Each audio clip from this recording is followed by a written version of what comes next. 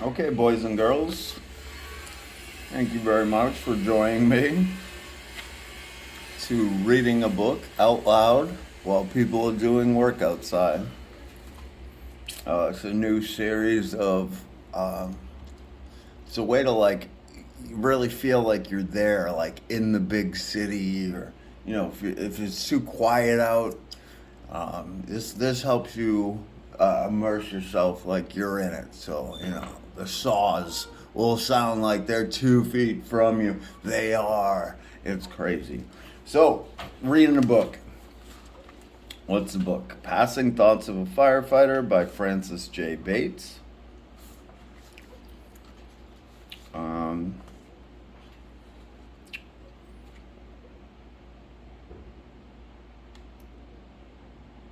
to his wife, he writes, with so much love and a little bit more, for keeping the sun always shining and making every day a happy day. Both sides of a street.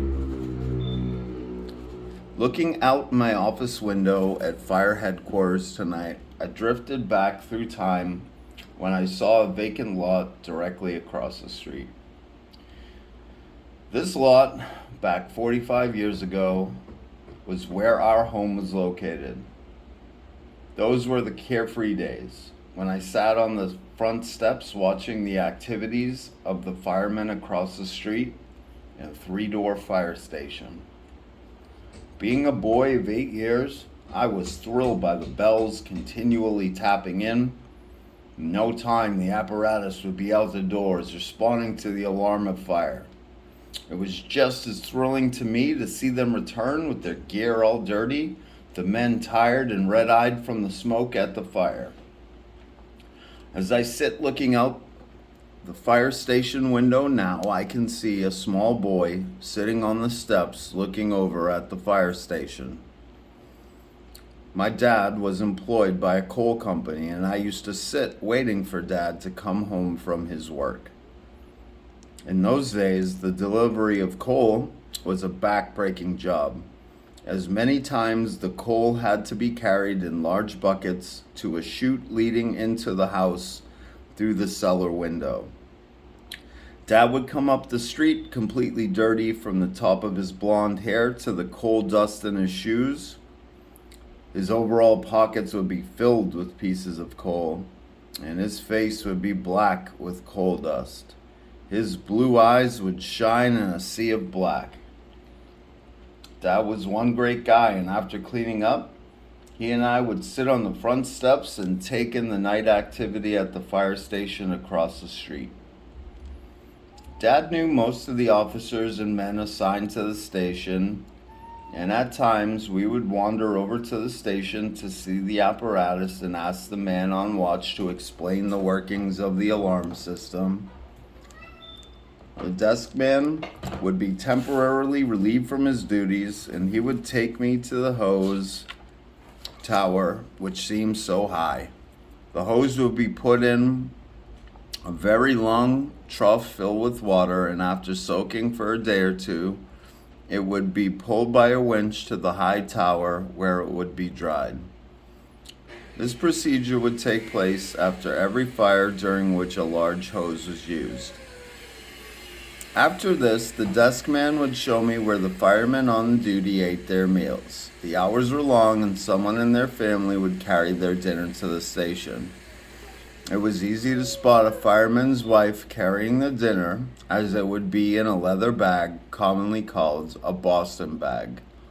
It was brown and had 2 handles. Due to the long hours that a fireman had to spend in the station, possibly 2 trips a day would be made by someone in the family. As I sit across the street to the vacant lot, I wonder where the time has gone. The bird of time has but a little way to fly, and lo, the bird is on the wing. Most of those firemen are now deceased, and my dad passed away in 1941. He was the best, and tonight I can see him coming from work, proudly walking across the street. Yeah, looking out the window to the vacant lot across the street brings back so many fond memories of the days gone by. As the names of the firemen flashed through my mind, I could picture them, all great men, and by knowing them, as I did, I felt that every one of them had a hand in my future. I would like to thank each one of the many wonderful years that I had as a fireman. Each of these men and the ones that followed were every inch a fireman. I have no ambition in this world but one, and that is to be a fireman. The position may, in the eyes of some, appear to be a lowly one, but we who know the work which the fireman has to do believe that his is a noble calling. There is an adage which says that nothing can be destroyed except by fire. We strive to persevere from the destruction of the wealth of the world, which is the product of the industry of men, necessary for the comfort of both the rich and poor. We are the defenders from fires of the art which had beautified the world, the product of the genius of men and the means of refinement of mankind. But above all, our proudest endeavor is to save lives of men, the work of God Himself. Under the impulse of such thoughts, the nobility of the occupation thrills us and stimulates us to deeds of daring, even at the supreme sacrifice.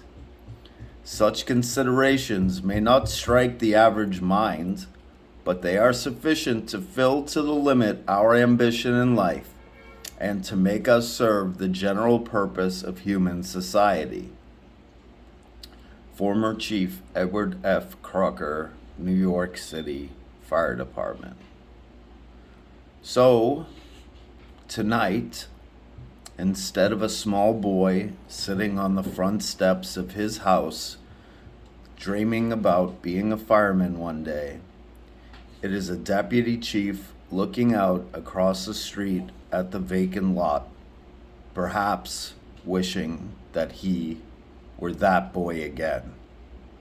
However, in the pages to come, I will endeavor to recount the experiences I have had as a firefighter for 28 years.